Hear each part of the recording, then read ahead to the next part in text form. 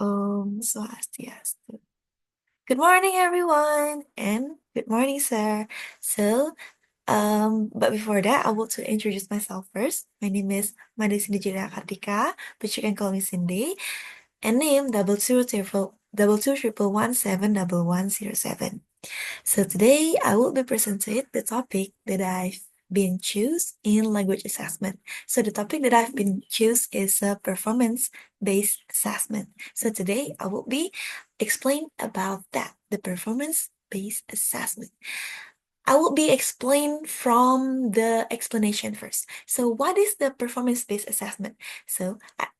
Actually, performance-based assessment is a test that show they can do in the real life situation. It's the performance, okay? Performance is just they doing the perform task. It's not about the choosing like a choosing tenses, a choosing a grammar like the teacher is just give a question like a student, can you just um give the grammar of this text, and then can you just give me the example of the tenses? No, we not talk about that. This is the performance. The performance is about we giving like a role play, maybe like a speech, maybe that's called the performance. They do the performance tasks.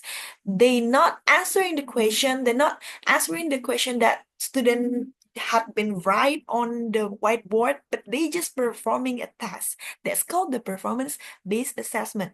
And about the real task, what is the real task? The real task is the thing that we do in the real life situation.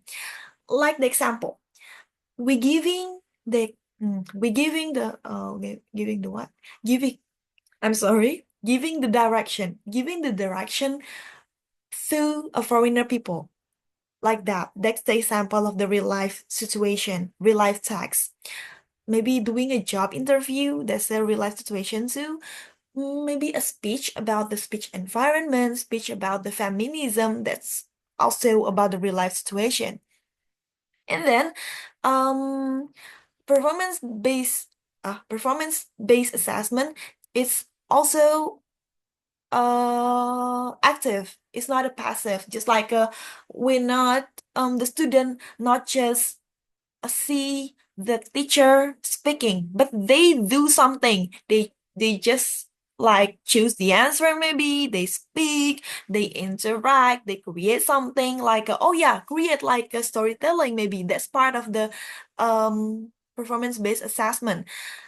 Like the example, okay, this is the clear example. The clear example is just like giving a speech. They, like I said before, they just giving the speech like the environment speech, like a feminism speech, and then they just do the debate. It can be a performance-based assessment. They just can do the debate, and then they just can do storytelling. They just can be like a story about something, maybe like a Cinderella, maybe like the Fox and the Hound, maybe like the Three Little Pig. They just choose something. Or me, past ago, I choose Cholanarang, just like that. And then they can be an interview job.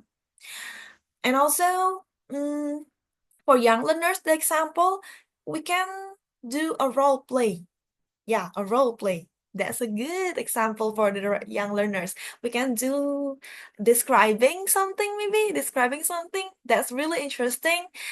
Like for the young learners, you describe something like, okay, student, today we're gonna describe about your friends. So the student will be love that. They will be described, oh, this is my friends. My friend name is Dita. They has a long black hair. And then this is my friend. My friend name is Suchi. They have a long black hair too.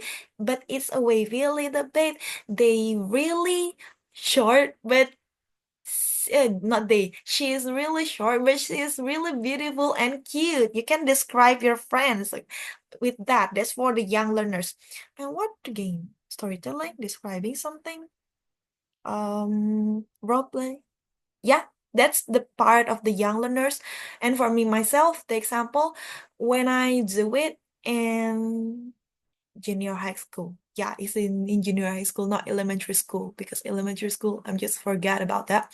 In junior high school, I'm just do a storytelling at the final project. Oh, at the final project. Yeah, it's part of the summative assessment, okay? At the final project, I do the storytelling part. So I give to the student will give me the topic and I will be choose the topic and I will be presented that. That's the part of the performance-based assessment too, because I perform something in there.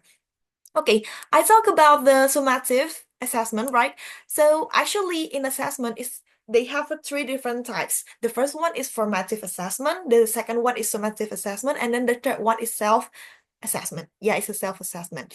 The formative assessment, it actually the assessment that during the task that we done during the task, during the process, during the task. Just like the example, like maybe they have been progress about the giving direction. After that, you will give the student feedback, like for this, you maybe you miss something, like your grammar is not really that correct in here. You just give the feedback at that moment after the speech. That's called the formative assessment.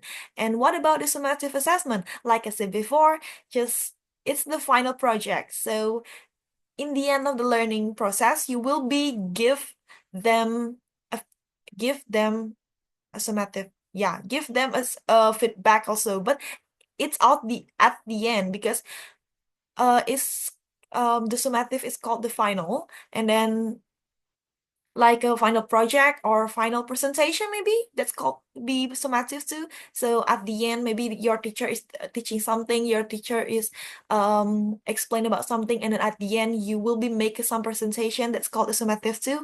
And what is a self-assessment? Self-assessment is actually a student assess themselves.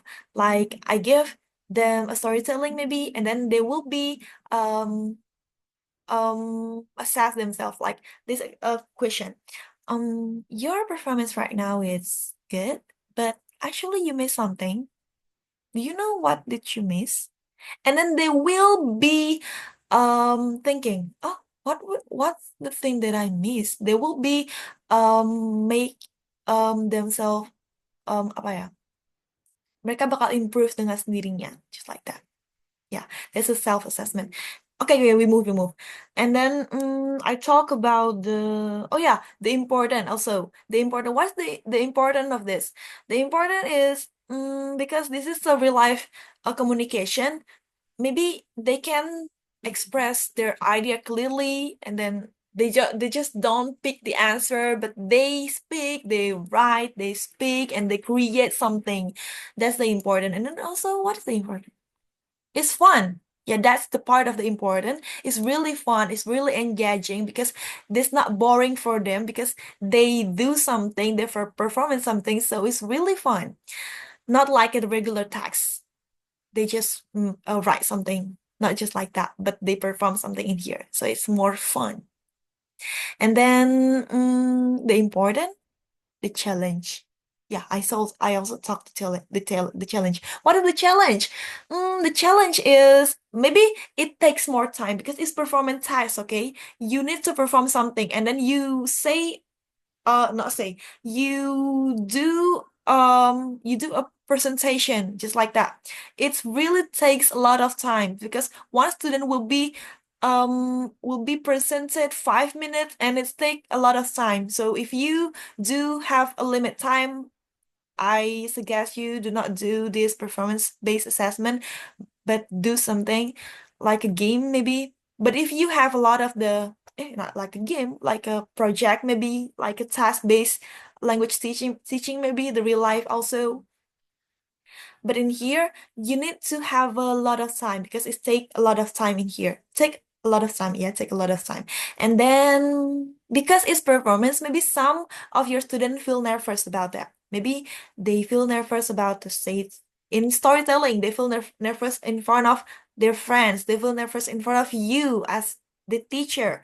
And then what is the Oh, oh yeah, the rubric is really hard, because you need to choose this one is better, this one is not better. Just like you need to make a rubric that the fair, not an unfair. You need to make a rubric that is fair for a student. Like maybe Suchi Okay, this is an example of the student. Okay, maybe Suchi has a good grammar.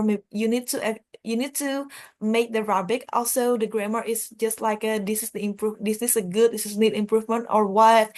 Or maybe the other student Dita, maybe Dita has a good vocabulary and a good performance too, but a limit vocabulary, a good vocabulary, a good performance too, but not a limit, but the grammar is not really that correct. You can assess that too, because you can assess that too. That's the challenge. You need to make a complex rubric for this because it's the speaking test. The speaking test is really has a complex rubric, and then after that, there's also the challenge. I will talk about the steps. Okay, this is the last part. This is the last part. The the step of the making, not making, implement the project-based assessment. The first one, you need to choose the real text. You need to choose one of the real text. It can be said like a formative. Okay, I will be explain something in the formative POV. You need to choose the real task first. Like maybe the example you choose storytelling, and then after that you need to explain the real task to your student. You cannot just this is the real task. You okay student, this is the real task. Okay, you need to perform this one. Okay student, just perform something. You don't need to that. You don't use that. You don't uh, kamu tidak boleh seperti itu. You're an educator. You will be explain something to your student. Give them a clear instruction to make them understand. So you need to explain the storytelling first. Maybe you have a book. That's a good. Maybe you have a book, bunch of book, a lot of the storytelling. You will be explain that this is part of the storytelling. Storytelling is just like this student. You will be present something in front of your class and explain the story in front of your class. Okay, student, you will be pick. There's a lot of story in the bunch of this book. You need to pick one. What would be you choose? That's a clear instruction, okay? And then give them time to prepare their story. You need to give them time because you don't need to be rushed them. Give them time like okay, student, let's just pick your part. And then they just pick their part and then they just memorize the story. Just that. You need to give them time to prepare. And then the last part is not the last. Oh, yeah, they prepare something, they perform something. The last part is you need to give the feedback because this is an assessment. After they perform something, you need to give them a feedback. Oh, student, I think there's a miss of this. There's some missing something of this. Maybe your grammar is not incorrect yet, but it's a good performance. Actually, the storytelling is for the young learners, okay? You need to give them applause. Like, oh, student, you has a good performance right now. Oh, that's so good. But I think you missed something, like your grammar. You need to improve more your grammar, or maybe you need to improve more your vocabulary to make the story more fun, like that. Yeah, storytelling. That's a part of the storytelling. Or it's a role play. You need to um apa ya, improve your vocabulary too. I think that's just the end because I already talked about the challenge. I already talked about the important. I already talked about the stats. I think the conclusion is the firm the performance-based assessment is actually a task that we do in a real life situation and the real task that we do like storytelling, like doing job interview, giving direction. So actually, this is the performance task. You're not only grading about the task that write in the whiteboard, but you're grading about the performance itself. So I think that's all for me. Thank you for listening until the end, and don't forget to rate. Have a nice day. God bless you. See ya. Om Santi Santi Santi Om. Thank you so much.